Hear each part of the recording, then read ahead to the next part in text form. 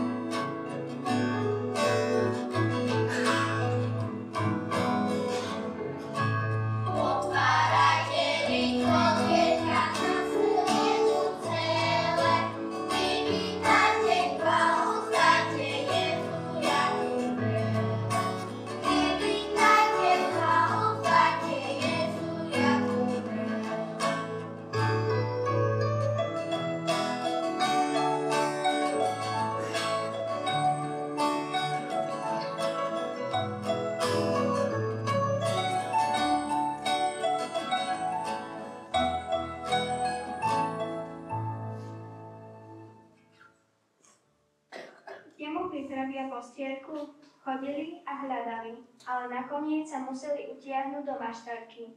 A tam sa v tú svätú noc narodil Spasiteľ, malý Ježiško. Anjeli oznámili pastierom túto radostnú správu a tí sa hneď išli dieťatku pokloniť.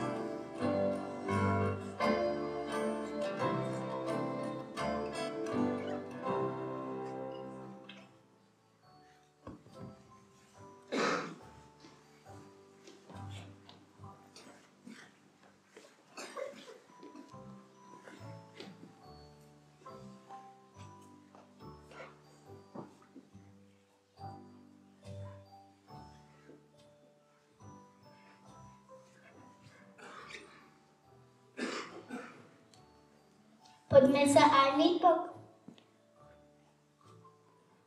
A keď do maštale vošli aj traja mudrci z východu, okolo stojace stromy už nevedeli ovládnuť svoju zvedavosť a tak naťahovali svoje štíhle konáre, aby mohli uvidieť spiace dieťa.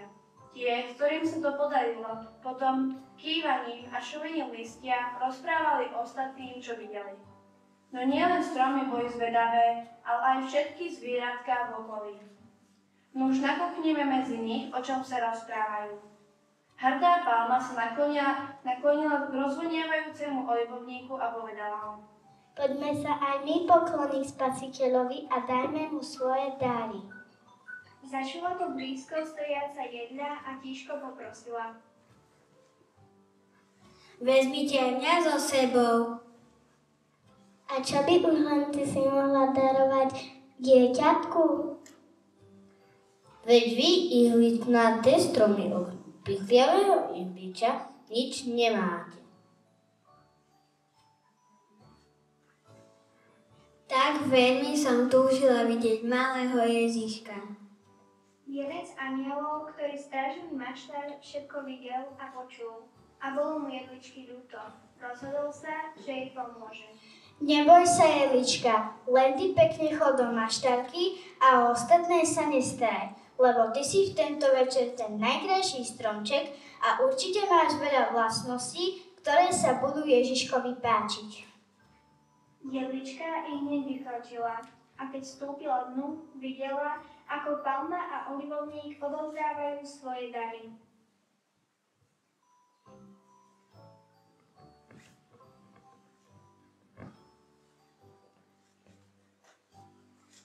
Ježiško, tu je môj najkrajší list len pre teba. Som naň pyšná. Odkladala som si ho na najvýznamnejší deň, ktorý je práve dnes.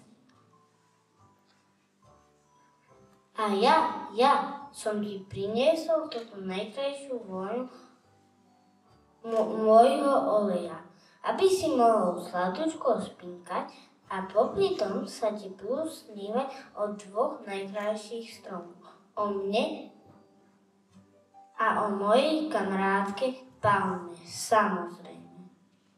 Oba stromy sa pravda, že pyšne vypli. Potom pred jasličky prestúpila jedna a skromne sa poklonila. Vtedy anjel sňal z neba jednu z množstva hviezd a položil jej ju na hlavu. Jehlička zažiarila vo svetle tak silno, že si Palma a olivovník museli vetnami prikryť oči, aby neostopli. Dieťa v jasliach si všimlo palmový list a cítilo vôňu olivového oleja, ale najviac ho zaujalo svetlo. Radostne sa usmievalo a žiarivými očkami vážne pozeralo na jehličku.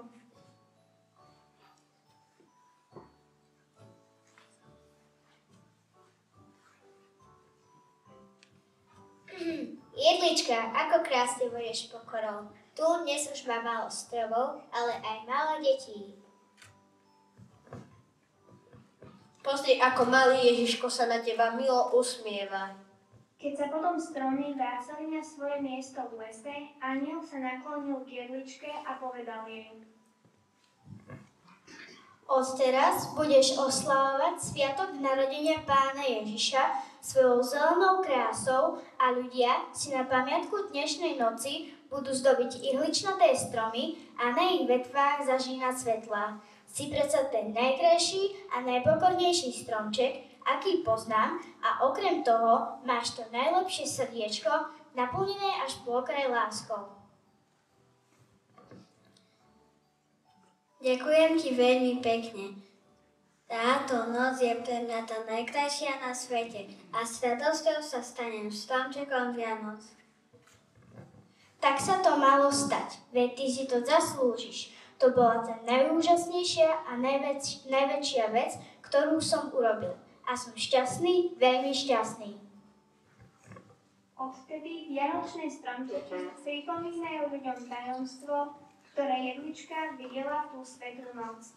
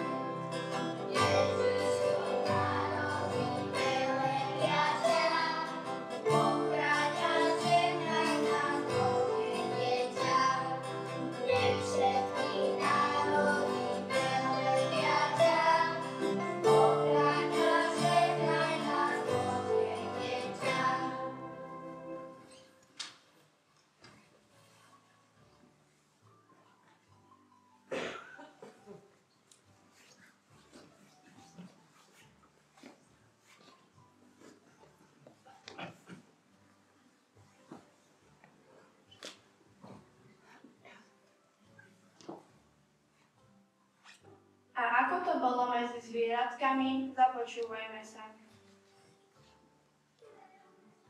Ja by som tak rád videl to malé dieťatko, o ktorom rozprávala pokorná jedlička, no nemám žiaden dar, ktorý by som mu zobral.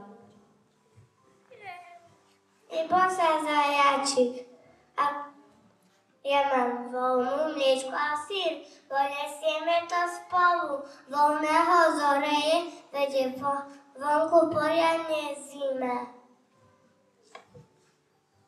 Ovečka, ty máš dobrý nápad, ale ja mám ešte lepší. Spolu so Somarikom sa postavíme celkom blízko k malému Ježiškovi a budeme na neho dýchať, aby mu nebola zima. Súhlasíš, Somárik? Pravda, že ja by som to lepšie ani nevymyslel. Bude to super.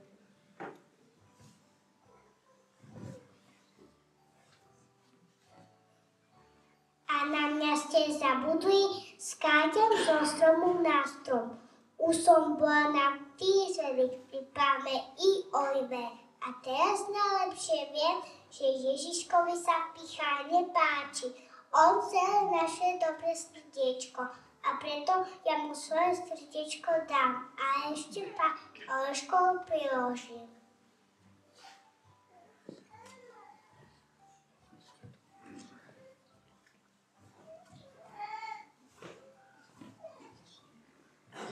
A ja, myška, dneska pôjdem tiež s vami. Zostalo mi trošku syra. Ukladala som si ho síce na zimu, ale mám teplú pelinku. Skryjem sa po ňu a nikto nevie, počujem mi škvrka brúšku. Už teda poďme, nezdržujme sa, lebo táto noc sa už nikdy nezapakuje. Primajme do koku. I-a, i-a.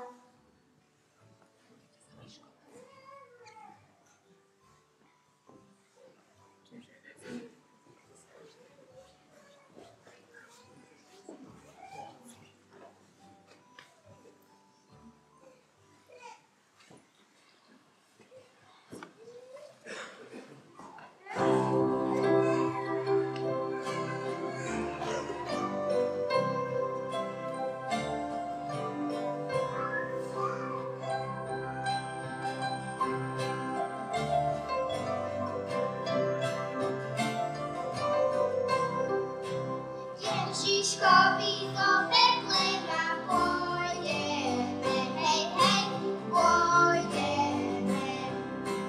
Jemu pískať, jemu slúbiť budeme, hej, hej, budeme. Tam ku chlopu veselú a ráno neslýchanú, že sa nám narodil v meste Betleme. Takú chlopu veselú a dávno neslýchanú, že sa nám narodil v meste Betleme. Ježiškovi do Betlema pôjdeme, hej, hej, pôjdeme. Mlieka menu na kašičku venujeme, hej, hej, venujeme. Dieťa sladko spalo, jak slyšla sa ohňalo, lebo vysvetlená, tomu sa nesme. Dieťa sladko spalo, jak slyšla sa ohňalo, lebo prišiel z neba, tomu sa nesme.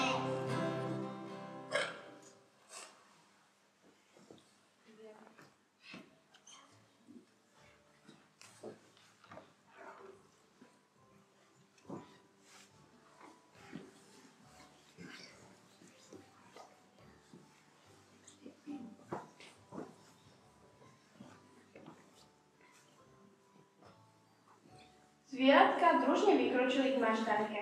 Po ceste sa rozprávali o tom dieťatku a ani nezbadali, ako už boli pri jasličkách.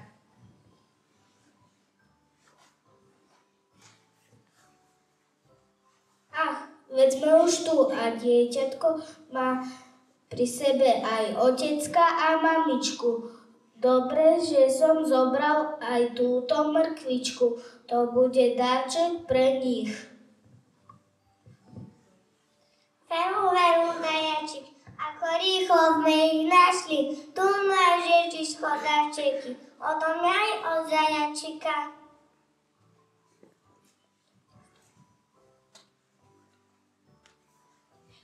Ďakujeme vám za svoje dary. No najväčšiu radosť máme z vašej lásky. To je ten najcennejší dar.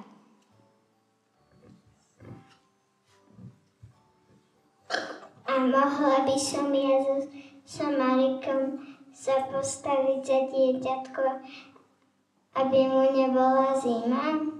To by bol náš dar.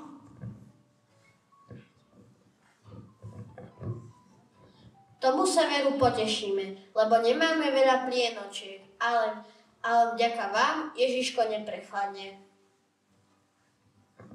Ach, aký som rád, že môže byť tak blízko.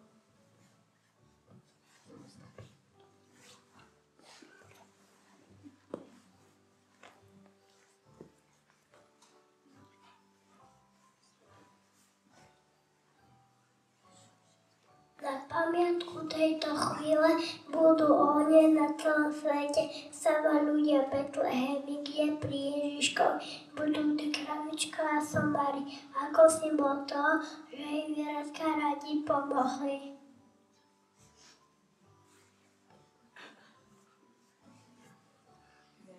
Veru, že to bolo tak. A hoci som len malička, môžem dosvedčiť, že všetci pri Ježiškovi sme boli. Všetko sme na vlastné očká videli a táto noc je tá najkrajšia na svete, preto na ňu nikdy nezabudnite.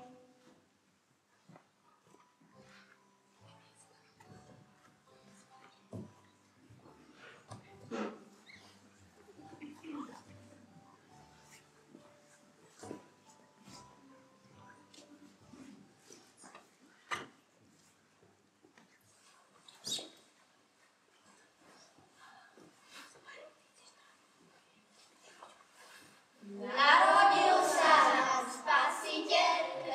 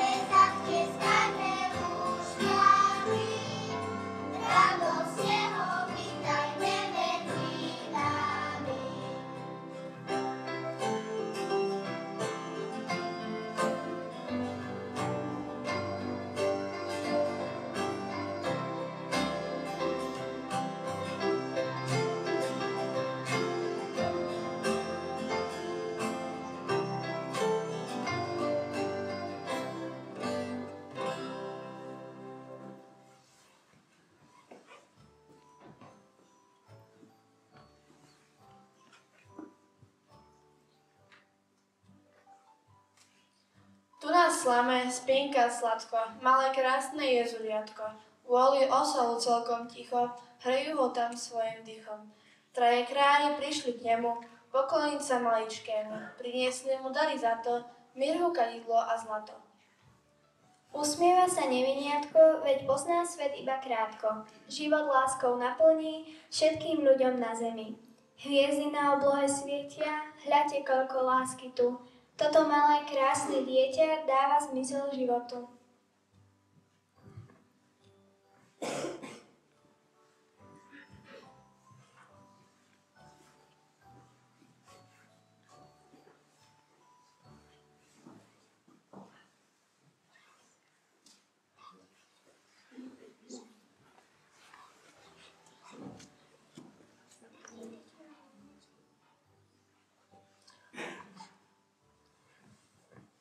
Som sa dozvedel a vedel som, že tu budú rôzne zvieratka vystupovať a to som nevedel, že tu budú ešte rôzne stromy vystupovať našej jasličkovej pobožnosti. A tak som uvedomil ten ďalší rozmer Vianoc, ktorý je až kozmický. Pretože keď Ježiš prichádza na svet, neprichádza len tak sám od seba. Prichádza, lebo ho posiela Otec. Otec dáva svojho syna. A vieme dobre, že keď 9 mesiacov dozadu prichádza archaniel Gabriel k Márii, tak hovorí, počneš z Ducha Svätého. A tak Boh, keď niečo tvorí, keď pôsobí, keď koná, môžeme a zjavuje svoje spoločenstvo. Že Boh to nerobí sám. Nepôsobí sám Ježiš a Otec niekde odpočíva, alebo Duch Svätý, ale pôsobia spolu, konajú. Aj v tom môžeme objaviť, ako napodobňujeme a nasledujeme Boha, keď vytvárame spoločenstvo. A čas práve aj Vianoc je naozaj časom spoločenstva, rodiny. Mnohí z vás sa vrátili aj z diaľky, aby boli spolu s tými, ktorých máte radi.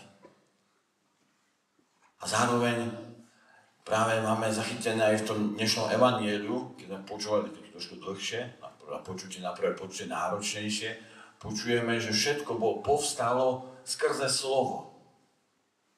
Boh stvoriteľ, Boh Otec stvoril všetko skrze slovo.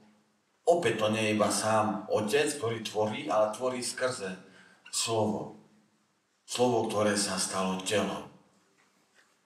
A tak má práve aj dnešné narodenie Ježiša dosah na všetko stvorenstvo. Nie len na človeka, na všetko. Na jedličku, na olivu, na palmy, na somárika, na myšky, na veveričky, na kravičky. Na všetko stvorenstvo, ktoré je okolo nás. A môžeme prejsť do naozaj veľkého kozmického rozmeru, pretože celý vesmír povstal skrze Ježiša. To všetko je skrze Neho. A zároveň je to všetko darom pre človeka. A tak sa práve aj v tom momente Vianoc, ktoré sme tak možno tak zvlášť mohli zakúsiť a veľká vďaka každému účinkujúcemu a nie len im, za to, že sme mohli zakúsiť ako to, čo bolo stvorené, sa vracia k tomu, ktorý ho stvoril. Aby mu zdalo úctu, aby mu zdalo slávu. A aby aj tak sme mohli aj my, ľudia, zakúsiť radosť. A tak veľká vďaka za to, že môžeme v spoločenstve zažívať radosť, ktorú nám ponúka Boh, keď prichádza medzi nás do nášho kraja, do nášho života, do našej farnosti. A tak nech všetky aj tie dobroty, všetko to krásne okolo nás, aj tá hmla, ktorá dnes tak trochu poletuje okolo nás a vznáša, vytvára naozaj rôzne zaujímavé momenty a krásy, i nám dáva zakúsiť, že to Boh stvoril pre nás. A zároveň to všetko nás pozýva oslavovať stvoriteľa aj na Vianoce. Záverom by som chcel poďakovať len tých, ktorých vidíme, vám malým, vám patrí veľká vďaka, veľký potlesk, ale tento potlesk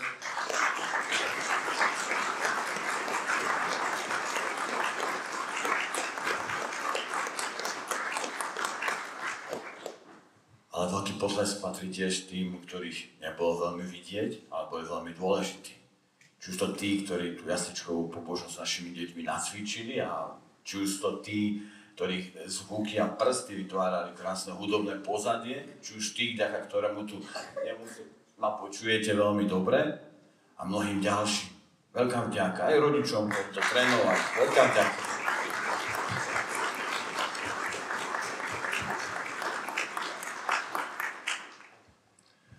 A zároveň prajem ešte krásne sviatočné popoludne, a nielen popoludne, ale celú oktávu. A príjmite požehnanie. Pán s vami. Nech vás žehná, naplňa radosťou všemohúci Boh, Otec i Syn i Duch Svätý. Choďte a radujte sa v mene Božom.